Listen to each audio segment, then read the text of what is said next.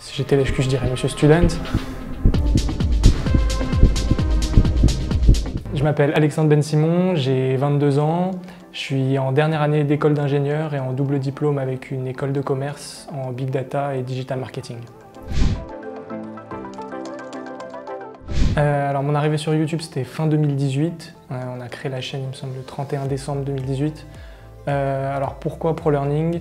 En fait, on s'est rendu compte que dans notre école, pas grand monde savait faire des tutos, des diapos PowerPoint. C'était un peu la galère. On s'amusait à le faire en fait pour les gens. Et du coup, on s'est dit, mais à force d'expliquer aux gens, en fait, il faudrait qu'on fasse des vidéos. Et ça pourrait leur servir. Et du coup, c'est ce qu'on a fait. Du coup, ProLearning, en gros, c'est une chaîne YouTube où on fait des tutoriels sur PowerPoint à la base. Donc tout ce qui touche même au logiciel du pack office, donc Excel, Word, mais surtout PowerPoint. Quelques tutos sur Canva, puis des conseils pour réussir ses présentations de manière générale. Voilà. Le tout dans des formats assez courts, parce que d'habitude tous les tutos ils durent de 30 à 1h30, c'est indigeste. Nous on essaie de ne pas dépasser les 15 minutes et de mettre des trucs un peu drôles à des moments, parce que sinon c'est très très long.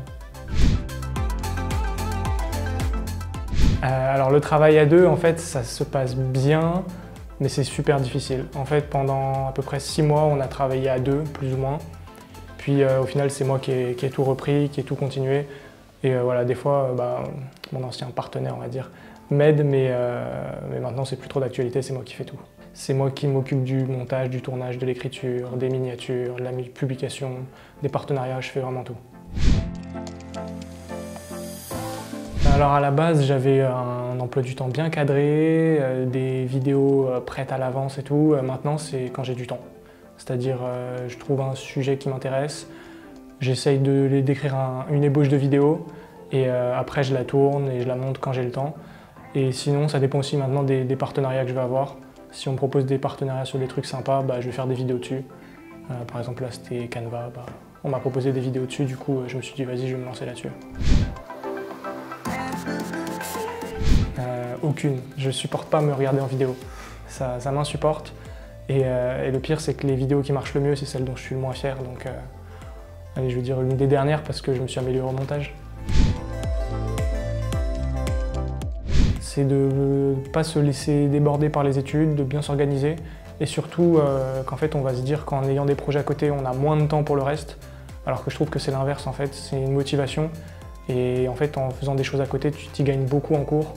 Et du coup, pour moi, en fait, c'est tout bénef. Donc juste, faut se lancer. Et puis au pire, si ça marche pas, ça coûte rien. Si j'étais l'HQ, je dirais Monsieur Student. Mais un outil indispensable. En vrai, moi, je trouve que c'est YouTube. YouTube tout court. Pour apprendre à faire des choses, pour se former, pour se divertir. Franchement, c'est dingue. Donc ouais, dès que vous cherchez quelque chose, sur YouTube.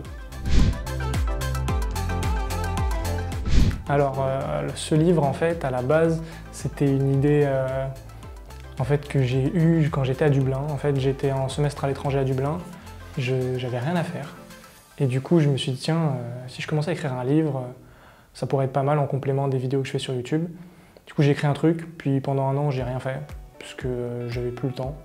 Puis il y a eu le confinement, et là, on s'ennuyait encore plus qu'il y a un an. Du coup, je me suis dit, là, il y a vraiment quelque chose à faire. Et du coup, avec Victor, mon ancien partenaire, moi je me suis occupé de l'écriture du livre et lui il a fait les visuels.